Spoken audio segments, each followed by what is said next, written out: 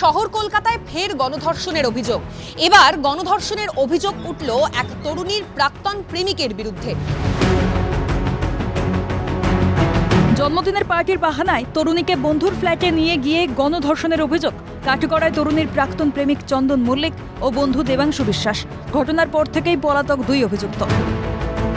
অভিযোগ, জন্মদিনের পার্টিতে নিয়ে যাওয়ার নাম করে হরিদেবপুরের বাসিন্দা ওই তরুণীকে বাইকে তোলেন চন্দন, নিয়ে যায় বন্ধু দেবাংশু বিশ্বাসের ভাড়া বাড়িতে। সেখানেই চন্দন ও দেবাংশু গণধর্ষণ করে তরুণীকে। কোনো মতে পালিয়ে আসতে সক্ষম হন ওই তরুণী। বাড়িতে পুরো ঘটনার কথা জানায়। এরপরই পুলিশে গণধর্ষণের অভিযোগ দায়ের হয়। রবিবার দেবাংশুর বাড়িতে গিয়ে দেখা গেল তালাবন্ধ।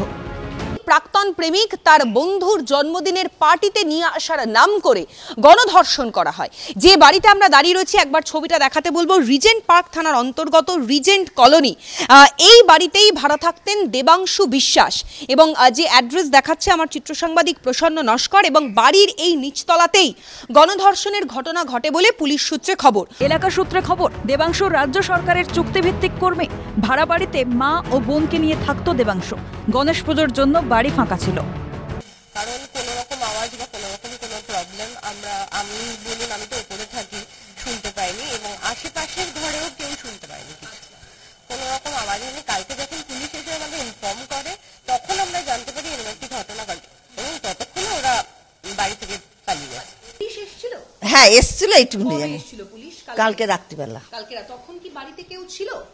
তালা বন্ধ শুনেছিলাম, তারপর তালা খুলে ঘরে ঢুকেছিল কিনা। আচ্ছা, আমি রাত্রে। আচ্ছা, ছেলেটি কি একাই থাকতো না ফ্যামিলি নিয়ে থাকতো? এইটুকু তো জানেন না। ওর মা থাকতো, ছেলে থাকতো। সূত্রের খবর, অভিযুক্ত চন্দন মল্লিক শহরের একটি নামী পুজোর কর্মকর্তা।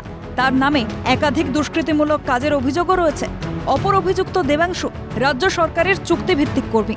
ইতিমধ্যেই দেবাংশুর ভাড়া বাড়ির সামনের সিসিটিভি ফুটেজ প্রকাশ্যে এসেছে। সিসিটিভি ফুটেজে তরুণীকে ওই বাড়ি থেকে বেরোতে দেখা গিয়েছে। ঘটনায় পুলিশে অভিযোগ দায়ের হয়েছে। অভিযুক্তদের সন্ধানে তল্লাশি শুরু হয়েছে। রবিবার নির্যাতিতা তরুণীকে ঘটনাস্থলে নিয়ে গিয়ে ঘটনার পুনর্নির্মাণ করা হয়। আর আমাদের ইনভেস্টিগেশন প্রসেস চলছে। ঠিক আছে। আচ্ছা, এমনি কি এখনো পর্যন্ত কেউ আটক বা ওটা চেষ্টা করছি আমরা। ঠিক আছে।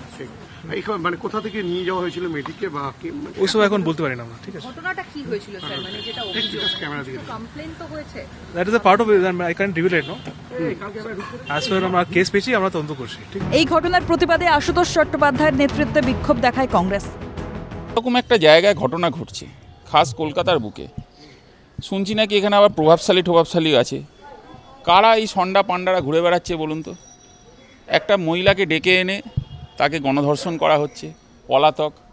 আমি পুলিশকে, প্রশাসনকে অনুরোধ করতে চাই, এই এলাকায় কেন সুরক্ষার ব্যবস্থা হয়নি, কেন সিসিটিভি বসানো হয়নি, ট্রেস করা যাচ্ছে না কেন এখন? এদিকে এমন ঘটনা শহরের নারী নিরাপত্তা নিয়ে বড় সড় প্রশ্ন তুলে দিয়েছে। কসবা ল কলেজে গণধর্ষণ কাণ্ডের 3 মাসের মধ্যে ফের গণধর্ষণ শহরের নারী নিরাপত্তাকে বড় সড় প্রশ্নের মুখে দাঁড় করিয়ে দিচ্ছে।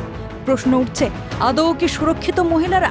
মুখ খুলছেন রাজ্যের প্রাক্তন পুলিশ কর্তারা।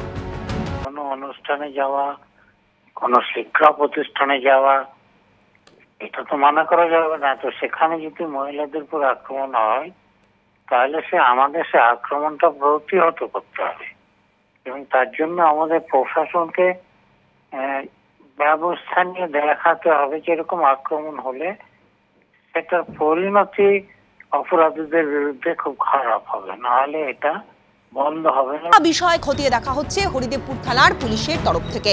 ক্যামেরায় প্রসন্ন নস্করের সঙ্গে অভিরূপা সাহা, ক্যালকাটা নিউজ, কলকাতা।